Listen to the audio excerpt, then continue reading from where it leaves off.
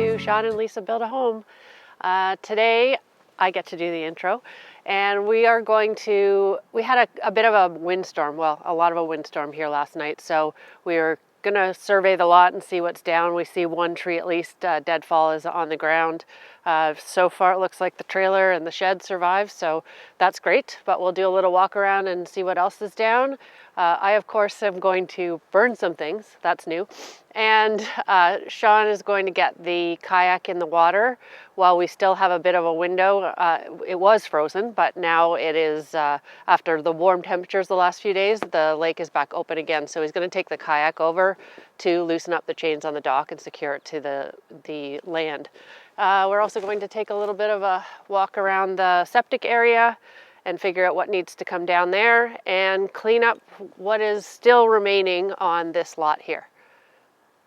Oh, and Sean's going to do a little bit of a chainsaw war between his Stihl and the Husqvarna. Oh, and Sean said I'm supposed to say, let's see what we can get into. I think that's how it goes. Hey, good morning, guys.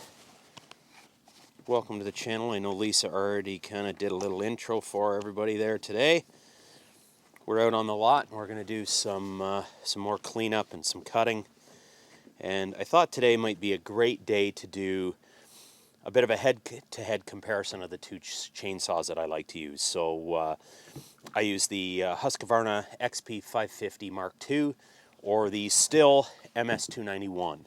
So relatively, spec-wise, relatively similar saws actually. And again, I'm no expert on this stuff. I looked it all up to kind of let you know, but kind of as I go through this, I'm just cleaning, prepping new blades, new chains on the saws, getting them all fueled up, oiled up, ready to go, and then we're going to do a bit of a head-to-head with them. But just kind of going over this Husqvarna, as I've kind of said in the past when I've talked about this saw, I've had some issues with it. When it's going, fantastic saw.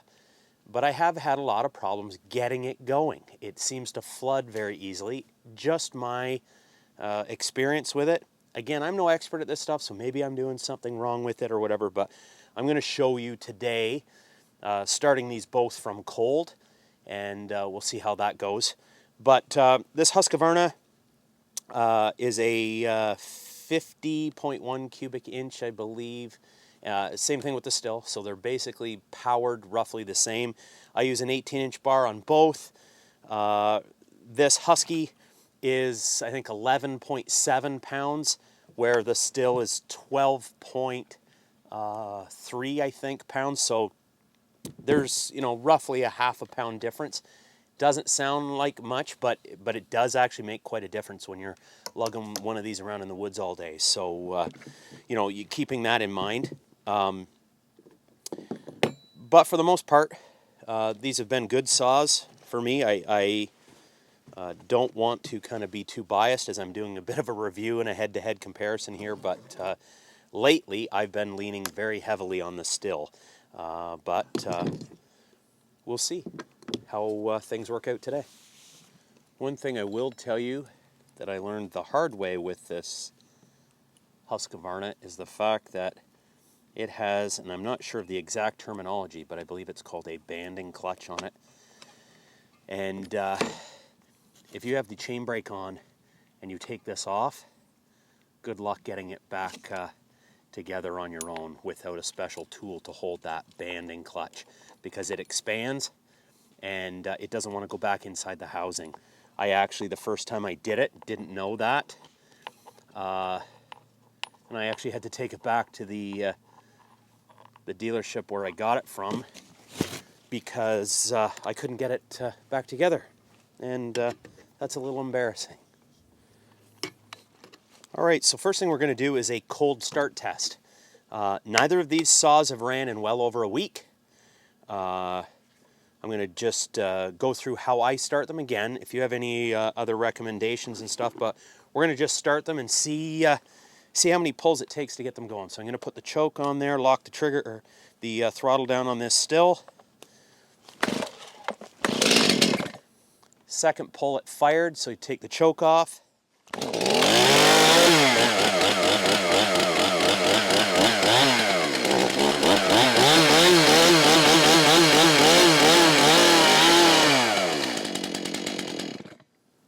pull. Starts great. That's why I love this saw. Now we're going to try this Husky. It's a little bit of a different system.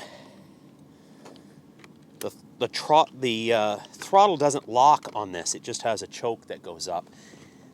Keeping in mind, this is, I guess, what they would consider old technology.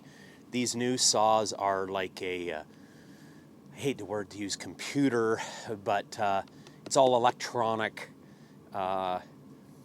carbureted. I don't even know what you really call it, to be honest, but they run differently, that's for sure. So here we go. Choke is on.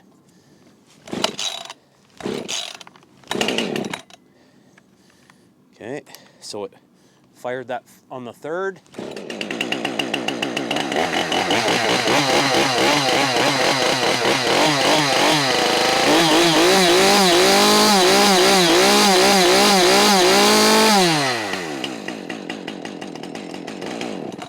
So actually, you know, I mean, this one started one pull faster, but they both started really well today, being cold. So the one thing that you do need to know about these saws, because of the electronic system in this saw, I was told by the dealership that these basically, in layman's terms, memorize the average RPM that you're using these saws at. So it's highly recommended. As much as I start this saw, run it, cut, you know, use the throttle, run it, I'm doing my my cuts, and I can leave it idle. They recommend you don't leave this Husqvarna XP 550 Mark II idle.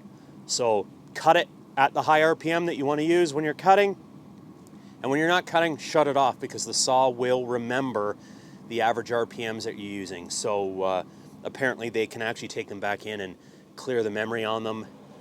I don't know much about it, but again, something to keep in mind. You're going to be starting this saw a lot more often than this saw. So we're going to go over into the wood pile and get cutting some wood. And I think today, since it started so well, I'm going to start with the Husky. All right, guys, so I've done a bunch of cutting up there on the lot with both saws. Both saws are nice and warm. So the last thing I thought I'd do today, just as a bit of a head-to-head comparison, is do a cut of this white oak. So this is about 16 inches in diameter, and we're going to time how long it takes both saws to do just one cut through the log. And don't tell Lisa, because this is the oak we're trying to save, so we're just going to do little cookies off of it anyway. So just to keep in mind, the Stihl is a 3.75 or 7.6 horsepower saw, and that Husky is a 4 horse. I know it seems like very little difference, but when you're only talking 3 or 4 horse anyways, we'll see if it makes a difference in the actual cut test.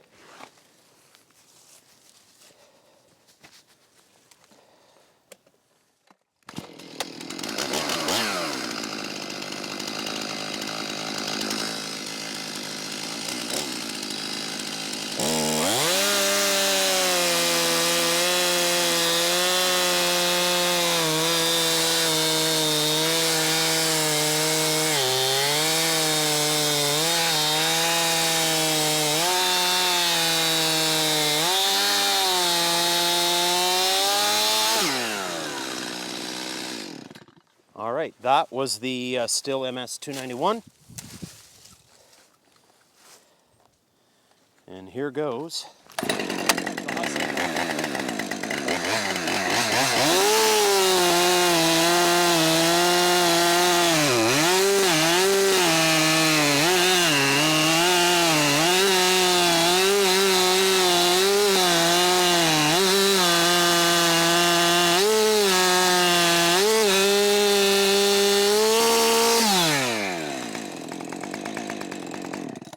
So there's both. Obviously, I haven't seen the footage, and I don't know the times yet.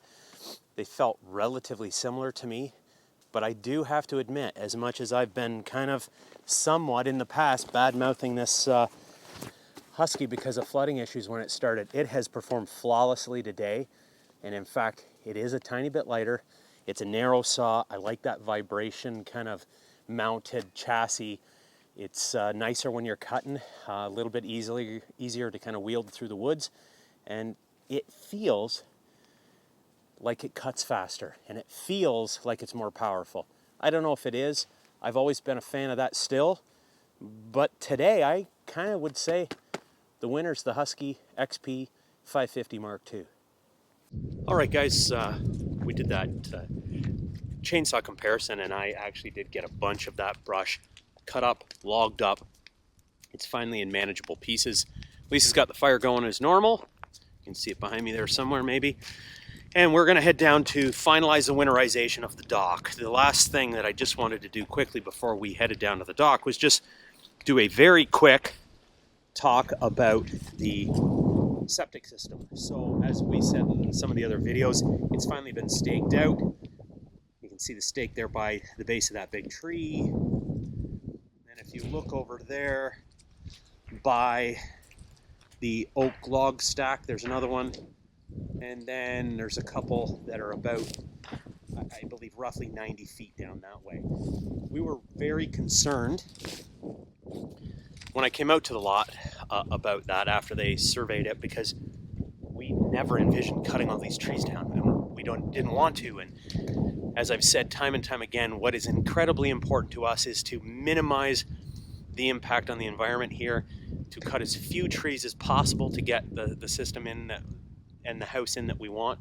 And again, we've talked in the past about the fact that we've actually gone through numerous septic designs and everything, and I'll link a video up here where we talk about the septic drama. We've settled on a peat moss filtration system, which again I don't really know much about yet, but in the end, long story short, we had the builder come out with the actual dimensions of the septic system, and he explained that what happens is the surveyors just stake out the septic envelope. So basically what that is, it's just saying that the septic system is allowed to be within that big square. It does not mean that it is that big, which was a massive relief to us. Probably should have known that. Maybe you guys would have known that, but I didn't.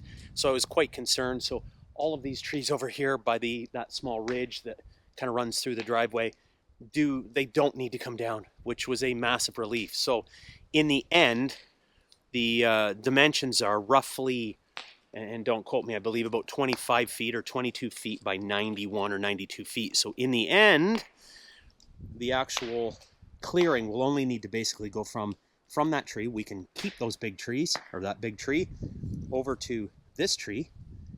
That set of trees can stay. So it's really just this narrow envelope down through the center.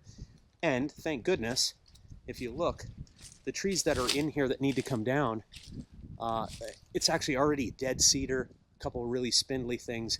There is a small grove of very narrow hardwoods back there, but they're only a few inches around. They're going to have to come down, but they believe, and that one set of dead cedars right there, they believe that they can actually fit the septic system in that footprint, which is fantastic news for us because we didn't want to cut those trees. So anyways, so just to give you a bit of an update, that's what's happening. Again, we're just waiting on our letter to get moving along with that. Our master site plan is scheduled to be hopefully approved shortly, and we are just basically cleaning up, letting the fire burn down, and the last job of the day is to head down to the dock and get it finalized and winterized for the season. As we showed you in one of the last videos, we've removed the ramp, we've removed the sea-doo dock, we've done all that sort of stuff. We just need to go down now, loosen off the chains, and tether the dock to the shore to make sure we don't have a problem in the spring with the ice flow. So that's what we're up to next. We're getting out that kayak and heading to the water. If anyone would have told me that I'd be in a kayak in December, I would have said they were crazy.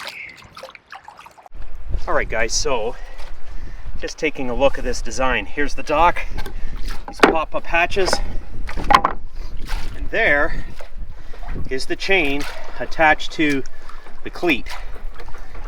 And there are 4 of those, one on each corner of the dock, that now need to have 2 feet of slack left in the chain, so that when the water rises in the spring and the ice is pushing, it doesn't literally lift the weights up from the bottom and end up being taken away in the ice flow.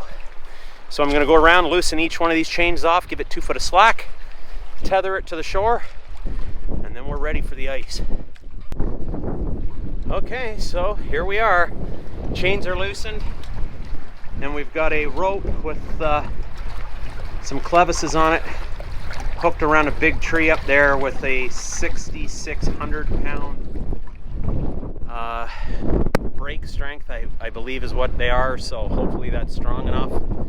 It's a 5/8 rope, I believe, so it's a pretty good size rope. And now it's December 12th, and I'm going to take a kayak back to the shore. If you look straight ahead there, you'll see that giant pine tree kind of straight off the bow of the boat. That's in line with the back of the building envelope where the house is going to go. All right, guys. Thanks for joining us today. I think that Lisa and I are going to call it a day. We are just going to let that little bit of fire burn down, and we're just going to also take a jaunt down the point here and see who else is working on their lots right now. So I will just say in closing, thanks for always being here. If you like the videos, please hit the like button, share the videos, hit the bell, you know all this stuff. And Sean and Lisa, we'll see you on the next episode.